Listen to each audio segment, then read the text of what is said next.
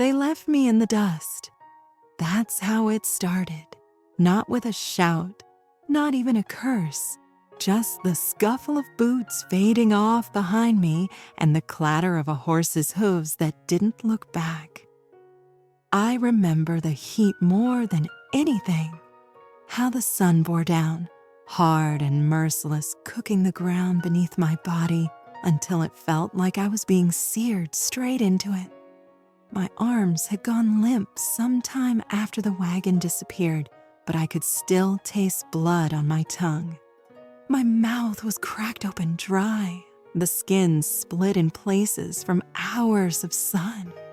I couldn't even cry. You'd think I would have, but I didn't have enough water in me to spare for something like grief. Just shame, just heat, just that one last whispered voice in my head saying, even your body gave up on you. No good to anyone now. I didn't know where I was. Somewhere past the salt cliffs, I guessed. Maybe still within a day's ride of the encampment. Maybe not. Time stopped mattering once they dragged me out. I remember my stepfather's voice as they pulled me by the wrist. Ain't no use dragging dead weight. Let the earth take her. And then they left me there like I was a sack of flour gone moldy. No name, no breath, no second thought, but the earth didn't take me. A shadow did. I didn't see him at first, just heard boots crunch in the brittle dirt. I thought it might be a coyote come to sniff at my bones, or worse, one of them coming back to finish the job. My chest tightened. I tried to turn my head, but it was like my neck had locked up. And then that voice, low, gritty like a whetstone. Ma'am? It cut through the heat like a cool blade. Didn't belong to no devil. It wasn't cruel, wasn't mocking, just cautious. I tried to move again, failed. He knelt beside me, I think. The sun was behind him, so all I could see was the outline. Tall, broad in the shoulders, a shadow haloed by light. I didn't know his name, not yet, but his presence. It changed the air. He smelled like horses and dust and iron. Not rot, not liquor, not the scent I'd come to fear on a man. I remember his hands next. Not grabbing, not rough, just slow, careful. He touched my wrist like he was checking if I was still tied to this world. I tried to speak and only managed a cracked wheeze. He didn't ask me questions, didn't demand to know why I was there or what I'd done to earn the bruises on my face. He just said, "You ain't gonna last out here." Then he lifted me. The world spun. My body felt like it was tearing loose from itself. Every nerve shrieking. I should have fought. That's what I'd learned. When a man reached for you, you brace or bite. But this time I didn't. I couldn't. Maybe I didn't want to. Something in me said this one's different. He carried me like I weighed nothing, and I hated that I cried then. Not because I was scared, but because part of me wanted to believe I was safe.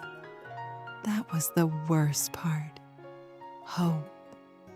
It came like a fool thing, uninvited, raising up even as my body screamed not to trust it. His horse was tied to a dead stump, and when he laid me over the saddle, I thought I might die right there from the ache in my ribs. He climbed up behind me, real slow, one hand keeping me steady. I remember leaning back into him just enough to feel the warmth of his chest and the steady rhythm of his breath. It was the first human heartbeat I'd heard in days. We rode in silence, the kind that don't scare you, just sits quiet like a blanket over your ears. I didn't speak, didn't ask where we were headed.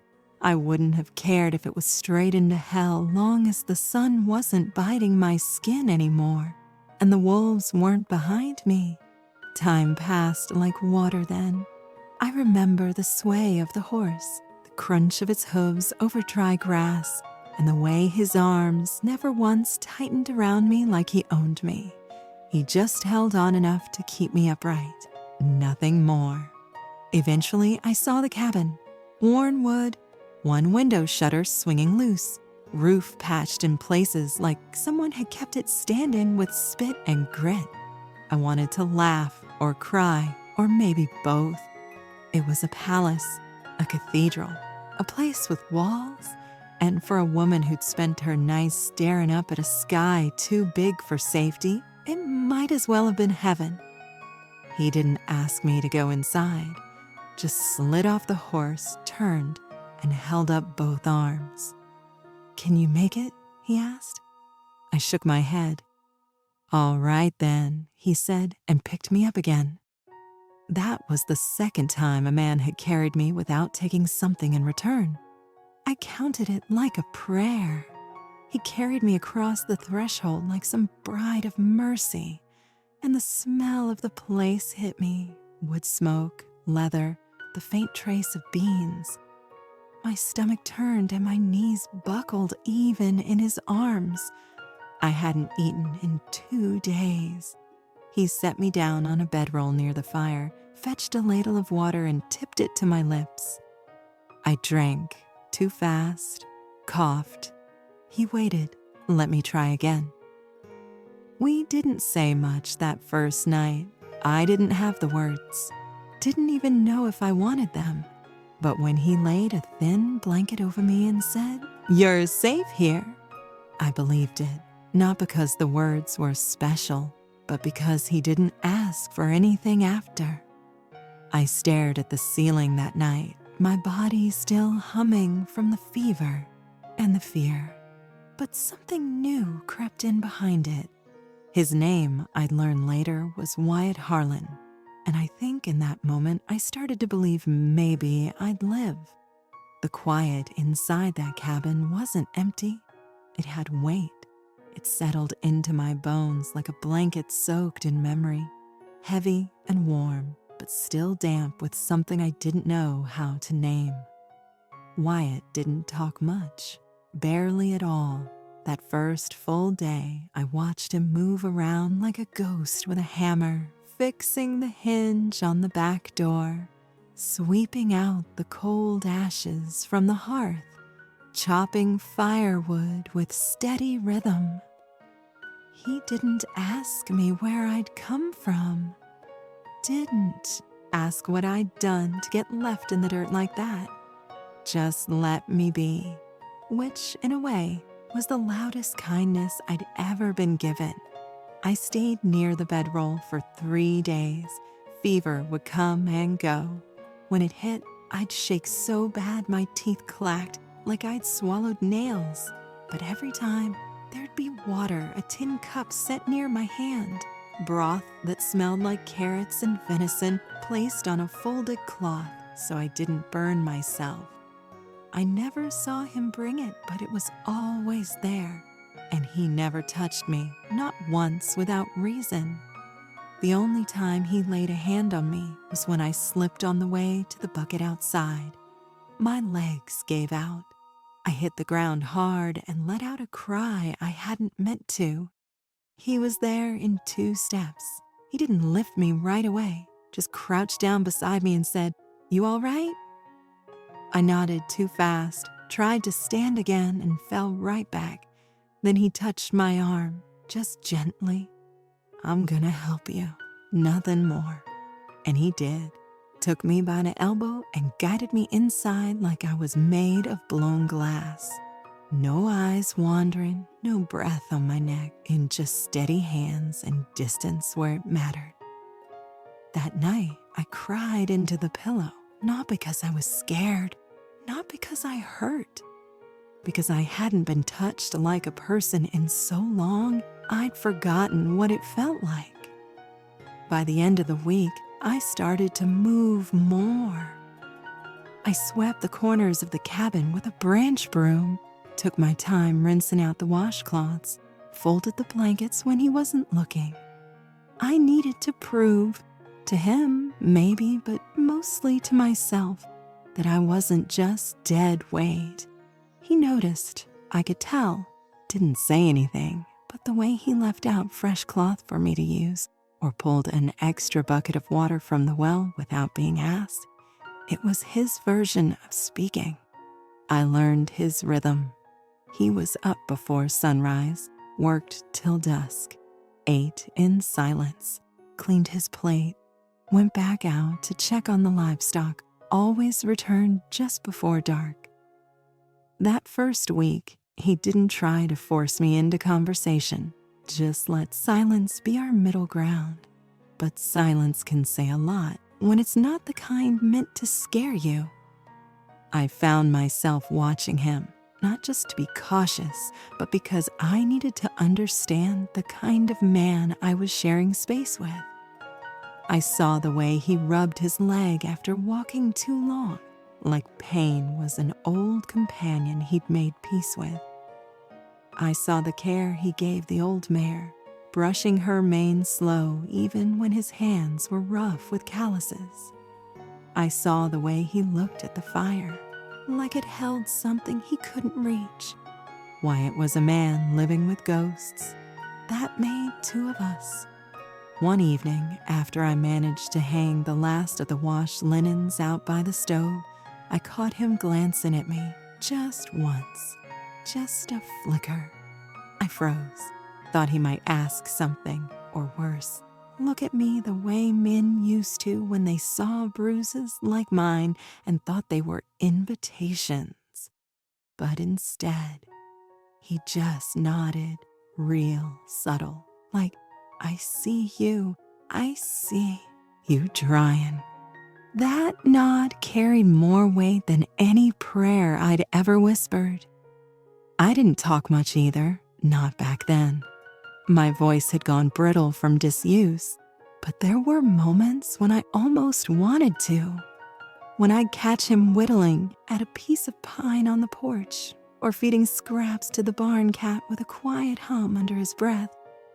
Moments where the world didn't feel so sharp. At night, I lay under the thin quilt and listened to the wind against the walls. The cabin creaked, but it held. Like him, like me maybe.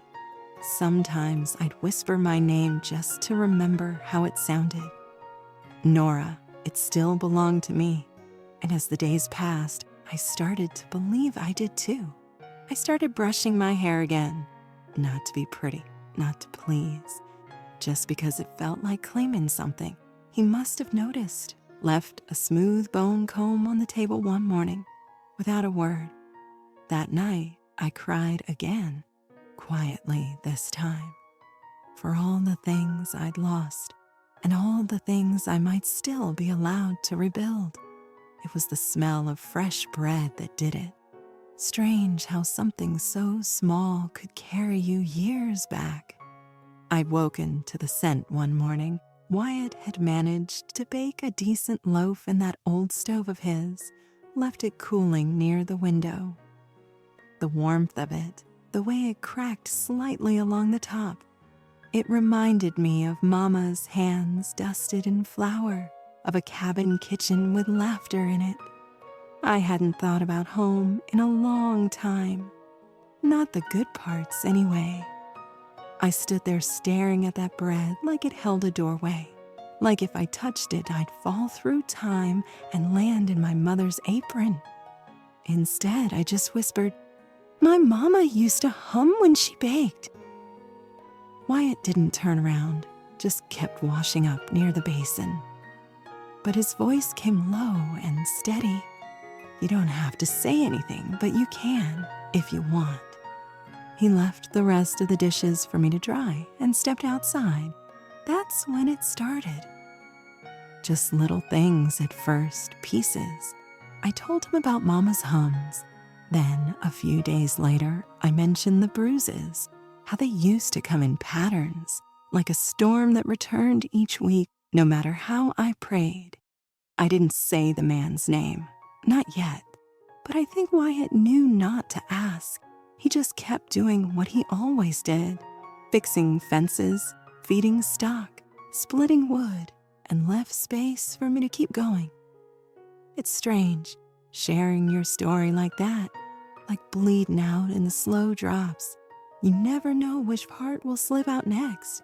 It ain't in order, ain't clean. I remember telling him about Missouri, how the church women whispered behind their fans, how the preacher who raised me said my voice was a temptation, not a gift. That's when I stopped singing. And then I stopped speaking altogether unless it was yes or no or I'm sorry.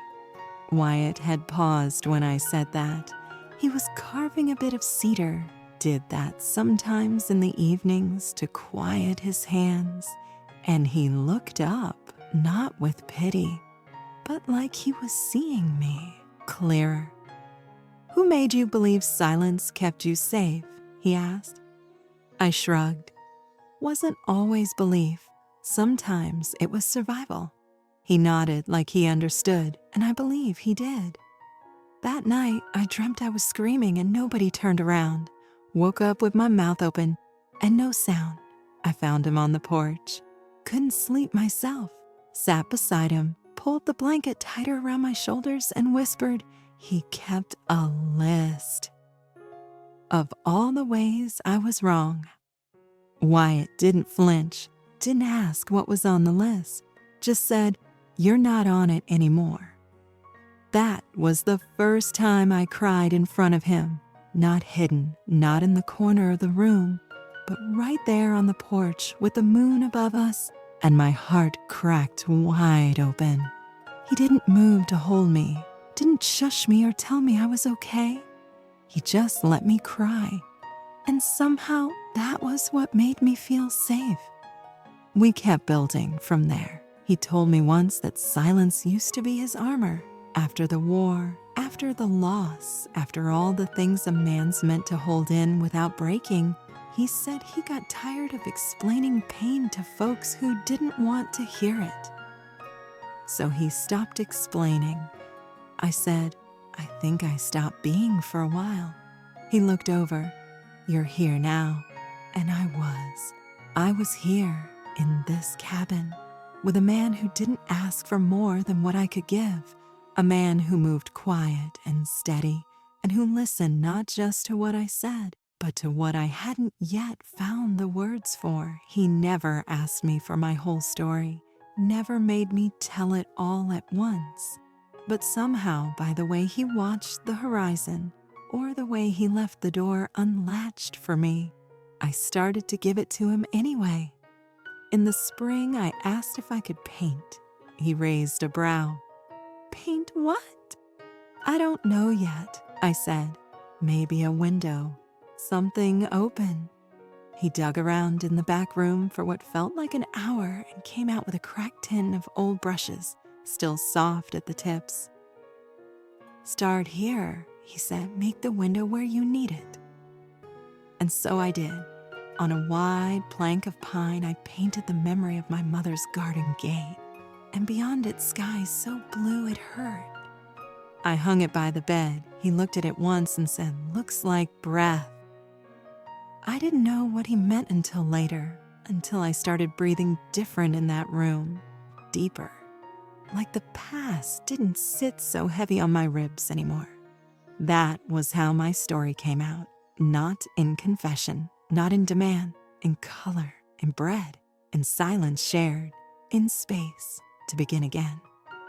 The first sign was the silence of the birds. It wasn't the kind of quiet that soothes. It was sharp, tense, the kind that made the back of your neck prickle like something unseen had just stepped into the room. I was out near the well, bucket half lowered, when the stillness struck. Even the breeze seemed to hold its breath. I turned slowly, scanning the horizon. Nothing, but the feeling didn't leave. Wyatt came out of the barn with straw on his shoulder and that instinctive wariness already settling across his face. He felt it too. "You feel that?" I asked, voice tight. He didn't answer, just walked past me toward the ridge where you could see the road. He stood there longer than usual, hat low, eyes narrowed. I stayed back. He He was a man who knew how to read distance. My job was to keep the cabin ready. I didn't ask him what he saw until he came back inside. His boots tracked dust across the floor, and when he finally spoke, it was like pulling up roots that didn't want to come. "Ryder," he said, "wrong kind. Paused too long, looking, not passing." My throat went dry. It could have been anyone, but deep down, I knew. The kind of man who sees a woman as property doesn't let go easy. They follow like debts unpaid. "I'll start packing," I said, already reaching for the small burlap bag under the bed. But Wyatt shook his head. "You don't run now, not from this." I stared at him, stunned. He wasn't angry, but he wasn't soft either. He stood there like an oak rooted in place, like he'd already made up his mind. "I've run all my life," I whispered, "and I'm tired, Wyatt." But staying, that's a different kind of fear. "I ain't asking you to fight him," he said. "I'm asking you not to hand yourself over before he even steps off his horse." That stuck. That night, I didn't sleep, just stared out the window, hand on the pistol Wyatt had taught me to use. I hated the thing, hated the way it made my heart race just holding it, but I hated the thought of being taken more. At dawn, I found Wyatt sitting on the porch, whittling, like always. "He'll come back," I said. He nodded, slow. "Maybe tomorrow, maybe next week. But yes, what if he's not alone? Then I won't be either." Those words didn't hit me right away. It wasn't just that he meant to protect me. It was that he was including me. Not as someone broken, not as someone who needed saving, but as someone who mattered enough to stand beside. Not in front of, beside. That morning, we made a plan. Where I should stand. How many bullets. Where to go if things went wrong. "Do you trust me?" he asked. I didn't answer with words, just reached out and took his hand. By the third day, the rider returned. This time, he came up the trail bold as brass, no hesitation. I watched from the window, my heart pounding like thunder in my chest.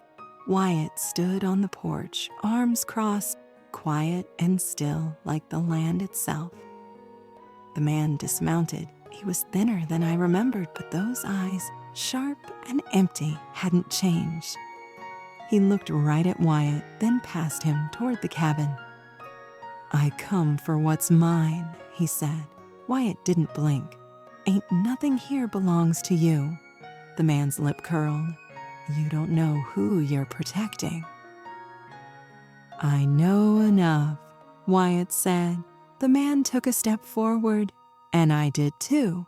From inside the cabin, through the open, a door, pistol steady in my hand, though I was shaking like a leaf. My voice cracked, but I made it work. "She's not yours," I said. "Not anymore, not ever." He stopped, surprised. "Go," I told him, and for a moment, just one breath of time, I thought he might lunge, might reach for a weapon, might force a reckoning. But Wyatt stepped off the porch, slow, deliberate, just enough to block the man's path. "I won't warn you again," he said. Something in the rider's face shifted. Maybe it was disbelief, or the realization that whatever power he once held had been severed here, on this dirt, in front of a woman who no longer flinched. He turned, mounted, rode away. We watched until the dust settled behind him. My knees gave out the moment he was out of sight. Wyatt caught me before I hit the floor. I cried then, but it wasn't fear. It was the release of years, the kind of grief that cleanses. We sat together for a long while on the porch, me curled into his side, his hand stroking slow circles on my back. "You did that," he said. "Not me. I couldn't have without you." He looked down at me and shook his head. You could have. You just needed someone to believe it first. I thought about that for a long time. We didn't speak much the rest of that day. We didn't need to. The silence was different now, not tight or scared, just full. And that night, for the first time, I slept without the pistol under my pillow. The air changed after that day. The silence that followed wasn't like before. Not tight or heavy, not scared. It was clearer somehow, like the house itself had exhaled after holding its breath too long. I walked slower, steadier. I touched things like they belonged to me. And in a way they did. Not as possessions, as part of a life I'd helped shape. A life I had earned my way into, not begged for. But peace like that never comes without warning. It demands proof that you're willing to keep it. 2 days after the rider left, we found tracks. Hoofprints down in the dry creek bed, circling the far side of the property. Wyatt crouched beside them, hand in the dirt, jaw tight. I didn't need him to say a word. I already knew. He stood, wiped his palms on his pants, and looked at me across the sunlight. They're watching, waiting to see if we scare easy. I crossed my arms, trying to keep my voice level. Do we? He didn't answer. He just gave that faint shake of his head, the kind that said the answer didn't matter. We wouldn't be running. That night, we didn't sleep. Wyatt brought the rifles inside, checked the lanterns, counted the ammunition twice. He moved through the cabin like a man memorizing every shadow. I watched from the hearth, hands still, trying not to tremble. I'd stood up to that man. I'd stared down what once felt like the whole weight of my past. But it's different when you know more are coming. And maybe this time they won't ride off. You scared? I asked. He was standing at the window, curtain half drawn. I'd be a fool not to be.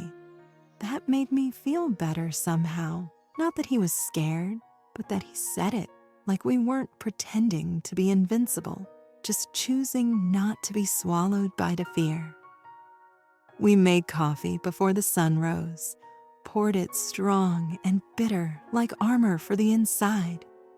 I wrapped my hands around the mug and stared at the steam, thinking of how many times I'd imagined facing men like them again and how differently this time felt. Because this time I wasn't alone, and more than that, I wasn't helpless. Wyatt had taught me how to shoot, yes, but more than that, he'd given me something I'd forgotten how to carry: the right to stay. The first shot rang out just after mid-morning, not near the house, but out by the fence. A warning, a call. Wyatt was already moving. He handed me the rifle without a word and nodded toward the loft. High ground. I nodded back. No questions, no arguments, just trust, clean and quiet. From the window upstairs, I could see 3 of them. One I recognized, the others just shadows with rifles. They didn't charge, just paced the tree line like wolves testing a fence. Wyatt stepped onto the porch and leveled his voice into the wind. You want to talk? Do it plain. You want to take... Try it and bleed. I held my breath. For a moment, I thought they might. They shifted in their saddles, looked at one another, and I swear one had his hand near his belt. But the one I recognized, the one who had come first, raised his palm, stopped the others. He shouted something I couldn't make out. Wyatt didn't answer. Another silence, then slowly they turned. Not fast, not frightened, but not sure anymore either. They left. I didn't lower the rifle until Wyatt turned and looked up at the window. He nodded. Once. We didn't speak much the rest of that day, not because there wasn't anything to say, but because everything worth saying was already known. That evening, we sat outside watching the sun stain the sky gold and orange. I held my knees to my chest, barefoot in the dirt, and Wyatt sat beside me, carving something out of a piece of cedar with his pocket knife. I thought they'd come in guns blazing, I said softly. They might next time, he replied. You think there'll be a next time? Maybe, but not today. I looked down at my hands. They didn't shake. I didn't run, I said, more to myself than to him. No, he said, his voice low and even. You didn't. He didn't praise me, didn't need to. What he gave was better. Recognition. Respect. That night, when the oil lamp flickered low, I stood behind him at the table and wrapped my arms around his waist. He didn't stiffen like he had the first few times I'd done that. He just rested his hand over mine. You ever wonder, I asked, what kind of life we'd have if none of this had happened to us? He didn't turn, just spoke into the hush. I used to, but not anymore. Why not? Because this life, it's not the one I wanted, but it's the one I chose, and it's mine now, ours. That quiet truth settled deep in my bones. The life we were building wasn't some fantasy. It had fences to mend, chickens to feed, scars that still ached in the cold. But it was real, earned, defended, and I finally believed fully that I belonged in it. Not because Wyatt made space for me, but because I made space for myself too. After the men rode off and the dust settled, there was no grand celebration, no dancing, no loud declarations, just a quiet sort of knowing between us that we'd stood our ground and that something inside both of us had shifted because of it. I don't remember the exact moment it happened. Maybe it was when Wyatt passed me the rifle without hesitation, like he already knew I'd hold steady. Maybe it was the way he stood alone on the porch with nothing but his voice and his spine, and didn't flinch. Or maybe it was later when I came down from the loft and we sat across from each other in the silence, firelight flickering between us, and neither of us looked away. But that night, the distance between us finally closed, and not because we planned it, because it just stopped needing to exist. I reached out first. I touched the edge of his sleeve, just a brush of my fingers, nothing more. But he didn't pull away. His hand came over mine, warm and steady, like he'd been waiting for that exact moment. Maybe we both had. We didn't speak. There wasn't a need. Words had carried so much pain for both of us. What mattered now was what stayed unspoken, what lived in the space between our breathing, in the way our shoulders leaned just slightly toward each other in the dark. In the days that followed, things changed, but not in loud ways. We still worked the land, still cooked over the same stove, still moved through the same rhythms of morning chores and evening rest. But everything felt different, like the edges had softened, like the world no longer braced to break us, but offered something else, steadiness. He started leaving me notes in pencil, just a word here and there. Coffee. Storm coming. Good work. I kept every single one in a little tin box under my cot, not because I needed reminders, but because I liked seeing his handwriting, the way he didn't waste space, the quiet strength in each stroke. One afternoon, I caught him carving something by the fence post. He didn't notice me at first. I just stood there, watching the way his hands moved, rough, sure, careful. When he finally glanced up, he didn't look startled, just gave me a small nod. I made you something, he said, voice low. He stepped aside, revealing a small plaque carved right into the beam. It said, "Nora's Place." I didn't know what to say. My throat closed up, not from fear, not from sadness, but from being seen. Fully seen. I touched the carving like it was made of glass. "You sure?" I asked. Wyatt just shrugged, but there was a softness in his eyes. "You're here, ain't you?" That night I cried, quietly, under the stars, not because I was sad, but because I realized how long it had been since I felt wanted without being used, since I felt like I could claim space in the world without apology. And Wyatt, he didn't try to fix the tears. He just handed me a worn handkerchief and sat beside me until they passed. That silence, that presence, meant more than any speech ever could. We didn't kiss that night, not yet, but something passed between us that was deeper than touch. It was the start of something whole, something earned. He began showing me parts of the land I hadn't seen, the spot near the creek where the wild mint grew, the tree stump with initials carved from before the war, the ridge where he went when he needed to think. It felt like he was unfolding pieces of himself and letting me place them in my hands one by one. And I did the same. I showed him the photograph I'd kept hidden under the floorboard, my mother holding me as a baby, before things turned dark. I told him about the teacher I wanted to be, about the time I ran away at 13 and lived in a church basement for a week before going back, about the scar behind my ear from falling off a mule when I was 10. He listened, not just heard, really listened. "I used to think I was nothing but what was done to me," I whispered one night. "But here, I feel like more." Wyatt nodded, his voice quiet. "You are more."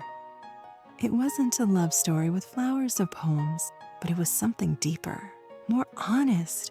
A bond built in the spaces we never thought could hold anything again. And it showed in little ways. How he left the last biscuit for me without saying a word. How I mended his old flannel shirt even though he said it wasn't worth saving. How he started asking "we" instead of "I." One night after supper, I reached over and touched the side of his face. Just rested my palm there. He leaned into it, eyes closed, like he'd been waiting for that permission. I said, "You saved me?" He opened his eyes. "No," he replied, "you saved yourself. I just stood still long enough for you to catch your breath." That moment right there, sitting in the hush of our shared space, firelight on our skin, scars between us but not holding us back, that was the beginning of real healing. Not the kind that erases pain, the kind that carries it and keeps going anyway. The wind had started to turn that morning, dry and hot, like it carried something more than dust, like it remembered the things you try to forget. I felt it before I saw him, a pressure in my chest, a weight behind my ribs. And when the knock came at the gate, I knew without needing to look, he hadn't changed much, maybe a little older. Maybe his coat more worn, but the same cold set to his jaw, the same eyes that never saw me as anything but his to break. Wyatt stepped out first, calm, solid, like a wall that wouldn't fall no matter how hard the past tried to push it. I stayed just inside the doorway, watching from behind a curtain. My hands were shaking, my knees too.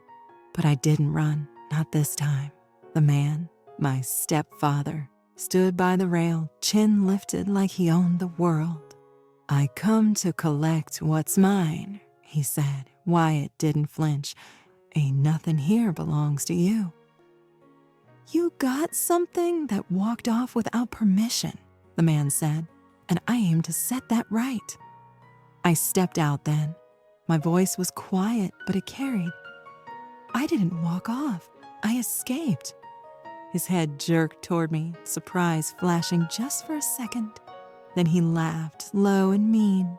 "Look at you, playing house like you matter." "I do matter," I said, and though my throat tried to close around the words, I kept going. "Not to you, never to you, but I do now, and I'm not going anywhere." Wyatt moved just slightly, his hand resting near the pistol on his belt, not threatening, just ready. And I realized then I didn't feel fear the same way anymore. Not like a girl cowering in the corner, but like a woman standing on her own 2 feet, with someone beside her who wouldn't flinch. The man spat into the dirt. "You think you're safe here? You think this shack and that broken man can keep you?" "No," I said. "I don't think. I know." He stepped forward once, like testing the line, but Wyatt didn't move an inch. "Turn around," Wyatt said, voice low and certain. "You're done here." The man looked at me one last time, a glare like he could still reach through space and take something from me. But I didn't flinch. I just stood there, and he saw it, the strength in me, the steadiness. He saw it and realized he'd already lost. He turned, cursing, and walked back toward his horse. Wyatt didn't lower his stance until the man was nothing more than a speck against the horizon. I thought I'd crumble once the danger passed, but I didn't. My legs held. My voice didn't shake. I was still standing, still whole. Back inside, I sat by the fire while Wyatt poured water into the basin. He didn't speak at first, just knelt, washed the dust from his hands. Then he looked up at me, eyes steady. "You were brave," he said. I shook my head. I was tired. "Same thing sometimes," he said. We didn't need to talk more about it. Not right then. The past had come. It had seen. It had left empty-handed. Later that evening, I walked out to the ridge behind the house. The sun was folding itself into the hills, and the sky was painted in streaks of orange and ash. I sat with my knees pulled to my chest, staring out across the land that had become home. I remembered the girl I'd been when I arrived here, bruised, mute, hollowed out. And I thought of that same girl standing on the porch today, saying, "I matter," with a voice strong enough to be heard. I felt proud of her. Wyatt joined me a while later, sitting beside me without saying a word. I leaned my head against his shoulder, and he rested his hand on my back, fingers tracing small circles that grounded me. "I used to believe I was cursed," I said quietly, "like I was born to be hurt, to be taken, to be used." He didn't interrupt, just let the words come. But now, I think maybe I was just waiting for a place that didn't ask me to be quiet or small or obedient, waiting for someone who didn't look at me like I was broken. Wyatt nodded. "You ain't broken, Nora. You're remade." Those words stuck in my chest, warm and terrifying all at once, because he didn't mean I was fixed. He meant I'd done the work. I'd rebuilt piece by piece, scar by scar. I turned to face him then. "You didn't just give me shelter, Wyatt. You gave me the space to become. And you," he said, "gave me reason to stay." We kissed for the first time under that sky. Not rushed, not desperate, just two people who had finally stopped running and started choosing. And it wasn't a perfect kiss. We both still flinched at certain touches, still carried ghosts in our shadows. But it was real. It was earned. That night, lying beside him, I didn't dream of running. I didn't wake gasping. I slept the whole night through with his arm across my waist and my heart steady in my chest. The past had come back, tried to reclaim me, and failed because I was no longer his. I was mine, and maybe, just maybe, I was also his. Morning came soft, no thunder, no fear, just pale light spilling across the wooden floor and the smell of coffee already brewing. Wyatt had risen before me, as he always did, boots quiet, hands sure. I lay there a little longer, listening to the steady rhythm of life that had somehow grown around us like wild ivy, unplanned but strong. I used to wonder if healing had a finish line, if there came a day when the ache in your chest turned to dust and blew away for good. I don't think that anymore. I think healing is a kind of living. Some days you move forward. Some days you sit still with what still stings. But either way, you're here. And I was here with him. That morning, I stepped out barefoot onto the porch and found him patching one of the rails. Sleeves rolled up, sunlight caught in his gray streaked hair. He looked up and smiled. Not wide, just the kind that crinkles his eyes, the kind that says more than any words ever could. "Coffee's ready," he said. "I know, I smelled it from the bed," I teased. He tapped the wood gently. "You were snoring." I rolled my eyes and sank into the old rocking chair. I was dreaming. Good dreams? Not bad ones. That was enough. We started planting things that spring, not just food, but color. I asked him if we could put flowers near the fence, and he didn't blink, just nodded and handed me a spade. We didn't talk much while we worked, didn't need to. My hands in the dirt, his hammer tapping rhythm out of silence. It was its own kind of conversation. I started humming one day, soft at first, and when he noticed, he didn't say a thing. He just smiled and kept sawing. It's strange how silence used to mean danger to me. Now it felt like peace. It held space, not fear. Let me be. Let me breathe. I remember the day Wyatt brought home a little bookcase from the trading post.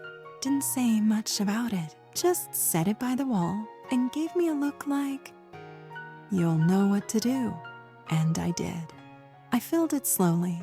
Old books, a few wildflowers pressed between pages, sketches I'd done when I still thought I was running. One afternoon, I found he'd added something of his, a small framed photo of a boy with Wyatt's eyes, and a woman I knew had to be the wife he lost. I didn't ask questions, just sat down beside the bookcase and added a ribbon of mine, one that had survived the road, the fear, the silence. "This ain't about forgetting," he said later, sitting on the porch. "It's about letting old things rest in the house with the new." I nodded. "Then let's give them room." We did things slow, without talking much about what they meant. He showed me how to oil the hinges. I taught him how to steep tea that didn't taste like horse water. He let me stitch a patch into his old shirt instead of throwing it out. I let him take the braid from my hair and undo it one night just to learn the weight of me. It wasn't about the past. It wasn't even about the future. It was about now, about choosing each other every single quiet day. The more I stood still, the more I realized how far I'd come. Not in miles, but in spirit. I no longer startled at every knock, no longer traced scars with blame. I cooked without fearing judgment. I laughed out loud. Once I even caught myself singing to the chickens like I used to when I was little. Wyatt heard me, didn't say a word, just kept stacking firewood like it was the most natural thing in the world. That meant everything. Sometimes I still wake at night, heart racing, breath shallow. But now Wyatt's hand is there before I ask. He doesn't talk me down, just rests his palm over mine and waits. And I find my way back every time. We started talking, real talking, one night by the fire, the kind of talk you put off because you're scared it'll break the spell. "I don't know what I am to you," I said, eyes on the flames. He didn't rush. He never does. "You're who I waited for, even when I didn't know I was waiting." I looked at him then. "You sure?" "I've got ghosts. I carry them." "So do I," he said, "but you carry yours upright." That night, I realized something. I hadn't just survived. I'd transformed. I wasn't the same bruised girl curled in his bed weeks ago. I was a woman now who knew the worth of her voice, the shape of her fear, and the strength it took to stay. And I was staying. We never spoke vows, didn't need to. Every fence he fixed, every supper I cooked, every evening we sat shoulder to shoulder in the quiet. That was our promise. And now, when folks pass by on horseback or drop goods at the gate, they don't ask questions. They just nod. They see what we've become, not a man and a broken woman, but a home, a choice, a peace built slow and brick by tender brick. Some things don't need saying, not because they aren't true, but because they live so deep in the marrow that words feel too small to carry them. I think that's what this was between Wyatt and me. Not silence born of fear anymore, but the kind that settles into two people who know they're no longer walking alone. That summer, the winds softened, the storms came less often. The days stretched long, slow, golden, and with them came a rhythm we hadn't set out to find, but somehow created just by staying. He'd chop wood out back while I swept the porch. I'd mend shirts while he watered the beans. We didn't speak often while working, but our hands always knew where the other had left off. Like the chores had grown muscle memory between us. One afternoon, I found an old tin box in the barn. Inside were a few keepsakes of his wife, a brooch, a letter, a curl of hair tied in ribbon. I held it for a moment, not out of jealousy, but reverence. This woman had once been his home, and she still mattered. I never asked him to put her away. That night, I left a peach I'd preserved beside the box. Just a quiet way of saying, I see her and I see you. The next morning, a wildflower sat tucked into my sewing tin, his way of saying, I see you too. We didn't name what we were, didn't call it love, but I knew it in the way he set my boots by the fire when rain threatened, the way he listened, not just with his ears, but his whole body.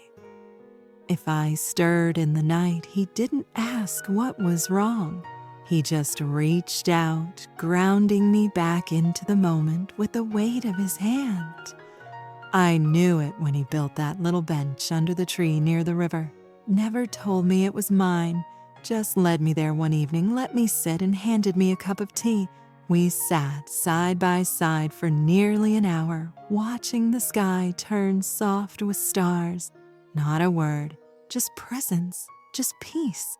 It was then I realized something so simple, it knocked the air from my lungs. This man didn't save me. He made room for me to save myself, and I did. One morning, I woke before dawn. Wyatt was still sleeping, his chest rising slow and steady. I watched him for a long time, thought about how easily I could have missed him if I'd kept running, if he'd turned me away, if the world had closed its doors one more time. But it didn't, and now here we were. Later that day, we were stringing up a new line of laundry when he said, You ever think about staying here for good? My hands paused, clothespin between my fingers. I already am, I said. He nodded slow, like that settled something in him. But he didn't say, I love you, and I didn't need him to. That night, I cooked something new, spiced beans, cornbread, and a touch of honey on the side. He didn't compliment it, just went back for seconds. That was praise enough. After we'd eaten, we sat outside, our chairs pulled close, firelight flickering between us. Sometimes I think I died a little out there, I whispered. He turned his head. And now? I think I'm alive in a way I never was before. He reached over and brushed a curl behind my ear. Then I'm glad you found your way here. That was the closest we ever got to a declaration, but what we had didn't need a name. It had roots in the porch steps we rebuilt together, in the worn quilt we both slept under, in the quiet glances that said, you're safe now, I've got you. One morning I found a leather pouch by my bedside. Inside was a small carved figure, a bird mid-flight, its wings open. Wyatt had made it, though he never said so. I carried it in my pocket from that day forward. A week later, I placed a stitched cloth inside his drawer. On it, I'd sewn a small branch, 3 leaves, and a single blooming flower. Means growth, I said when he found it. He nodded. Means us. We never spoke vows, never wore rings. But when the neighbors started calling us the couple out by the ridge, neither of us corrected them. Because that's what we were, a couple, a choice, a shared breath in the middle of the wild. Love, I've learned, doesn't always announce itself. Sometimes it arrives barefoot, bruised, carrying nothing but hope. And sometimes it waits for you in a weathered cabin with coffee on the stove and a man who knows how to listen. Love doesn't always say your name, but it makes you feel like you finally come home. There's a quiet that comes after the worst of the storm, not the kind that's empty or edged in dread, but the kind that feels earned, solid, like the earth itself is taking a breath and saying, you made it. That's the kind of quiet I wake to now. Most mornings I'm up before the sun. The kettle sings low while the fire cracks to life. Wyatt's footsteps come slow behind me, his presence familiar now in the way the house warms when the sun peeks over the ridge. We don't talk much at dawn. We don't have to. The rhythm we've built does the speaking for us. This land, this little slice of nowhere, used to be a place to hide. For both of us. Him from grief, me from fear. But somewhere along the way, it stopped being a hiding place and started becoming a home. Not because we painted the walls or planted a row of beans, though we did both, but because we stayed. We stayed through the aches, the learning, the uneasy laughter when something finally felt okay again. We stayed through the silences that weren't about shutting down, but about letting breath return. We stayed when it would have been easier to walk away. I still have scars. So does he. Some on the outside, more on the in. But out here, no one flinches at the sight of them. Out here, they're just proof that we lived through something and didn't let it define the rest of us. Wyatt's got a way of loving without saying the word. He oils the hinges on the gate I use most often. He mends the hem of my shawl before I notice it's torn. He leans just enough into me at night to let me know I'm not alone, but never so much that I feel caught or pinned. One day, I came in from hauling water to find a new shelf above my sewing table. No note, no mention, just a space made for my things, like it had always been meant to be there. That's how he loves. and I love him back in the same quiet ways. I bake the bread he likes on Thursdays. I wrap his sore shoulder in warm cloth after long days. I wait for him when he takes the horses out, and I never ask what he's thinking unless he offers it first. We don't need to fill the air with declarations. Our days are stitched together with choice, not performance. Sometimes the wind shifts, and I remember the girl I was when I arrived here, the one who flinched at footsteps, who barely spoke above a whisper. She still lives in me somewhere, but she's no longer steering the reins. The woman who lives here now, she's steady. She plants seeds and trusts they'll grow. She sings when she's alone in the cabin. She teaches the neighbor's daughter how to patch fabric, how to carry herself tall. She opens the windows now, wide as they'll go. I used to think safety meant locking every door. Now I know real safety is having someone who watches your back while you unlock them. We get visitors sometimes, folks from town. A couple who lost their land asked if they could pitch a tent for a spell. We let them. They brought stories and songs and helped us mend the chicken coop. And when they moved on, they left behind a carved spoon and a note that read, "You reminded us what kindness looks like."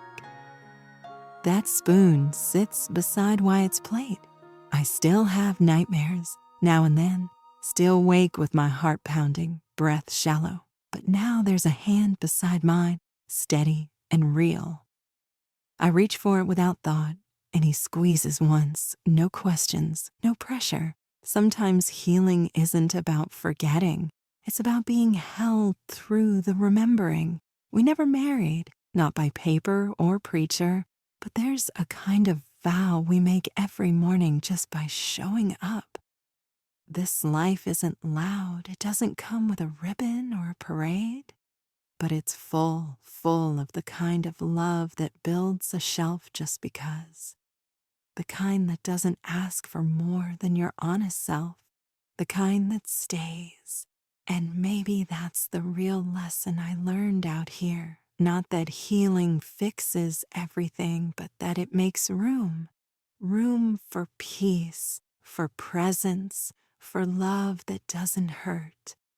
Love that chooses you even on the hard days. So if you're watching this, wondering if there's a way forward after pain, if there's still a place where a bruised soul can rest and rebuild, I'm here to tell you there is.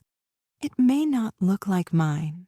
Yours might be in a city or a farmhouse or the corner of a friend's couch. But it'll feel like this, like coming back to your own skin, like finding breath again, like choosing not to run.